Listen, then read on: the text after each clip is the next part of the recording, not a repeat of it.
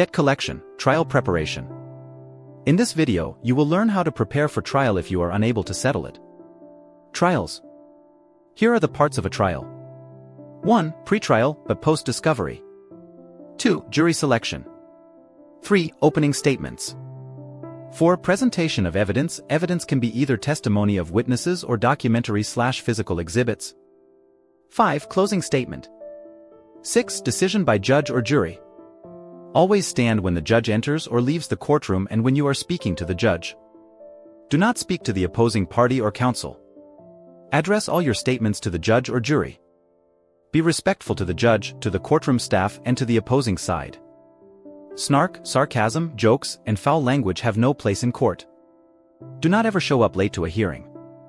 When you arrive at court, look for a check-in list. It is usually taped outside the courtroom door. Look for the name of your case, and you will see what number it is on the court's calendar so you have an idea of when your matter will be called. Sometimes, the check-in will be done verbally by a member of the court staff. Just be sure to let someone know, either by signing in or by speaking to someone, that you are present. Bring your case number and the exact name of the case.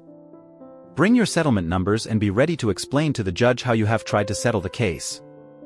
Many cases are settled on the day of trial, immediately before trial begins. Make sure you are ready to settle. One of the first things that the judge is likely to ask you is whether you have tried to settle the case.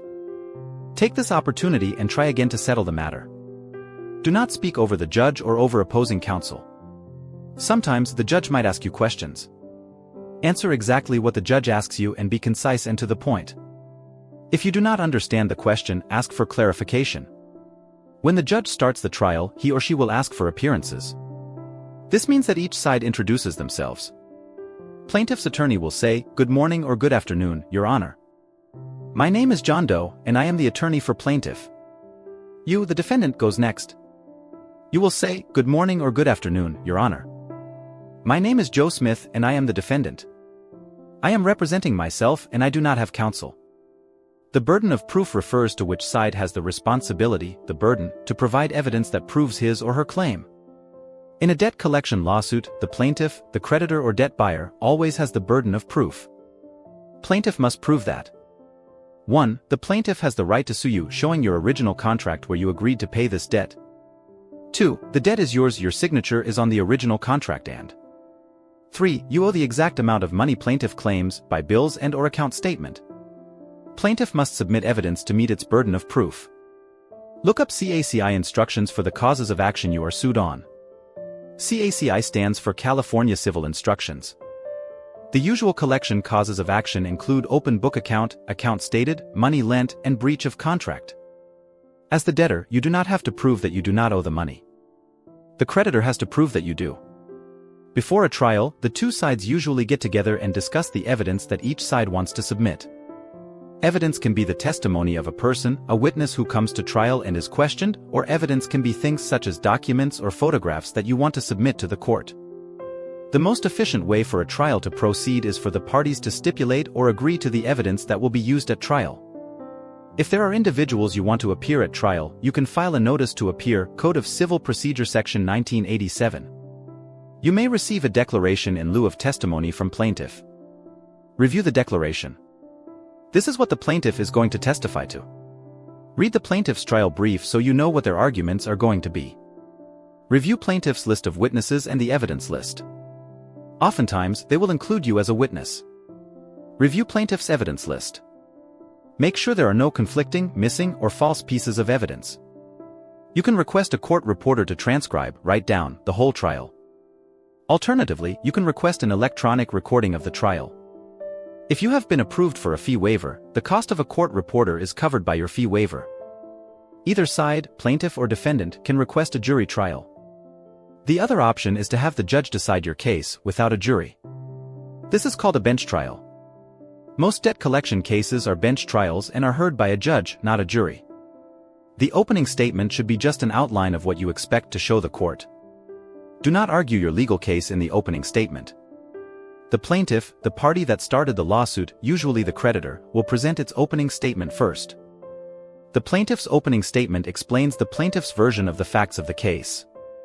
You, the defendant, the party that is defending the lawsuit, will present your opening statement next. Your opening statement explains your version of the facts of the case. Your opening statement can be as simple as this. Your Honor, plaintiff wants you to believe that I owe his client money based on a certain credit card account that he claims is mine.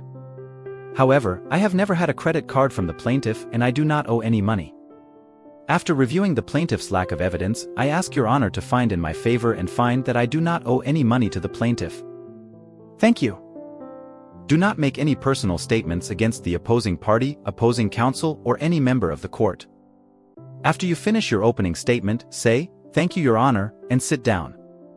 Remember, the opposing party can object to what you say in your opening statement if anything you say is objectionable. You can also object to what opposing counsel says in their opening statement if anything they say is objectionable. Objections are based on the rules of evidence. Once an objection is made, someone stands up and says, "I object." The court must rule on the objection. The court will sustain an objection if the court agrees with the objection. The court will overrule an objection if the court disagrees with the objection. Testimony. The plaintiff will call its first witness and will ask the witness questions about the case. This is called direct examination. Then, you the defendant will have a chance to ask the witness questions. This is called cross-examination. Since you know who plaintiff will be calling because you reviewed the witness list, you can prepare questions you want to ask the witness ahead of time. Then, the plaintiff will have a chance to ask additional questions of its witness. This is called redirect. If the plaintiff wants to call any other witnesses, the same procedure is followed. Plaintiff calls a witness and conducts direct examination. You can question the witness via cross-examination. Plaintiff can question the witness again via redirect. This continues for every witness that the plaintiff calls. Then it is your turn. Stand up and say, "Your Honor, I call my first witness, Jane Doe." The witness will be sworn in, and you can start to question the witness. You can ask the witness questions about the case. This is also called direct examination.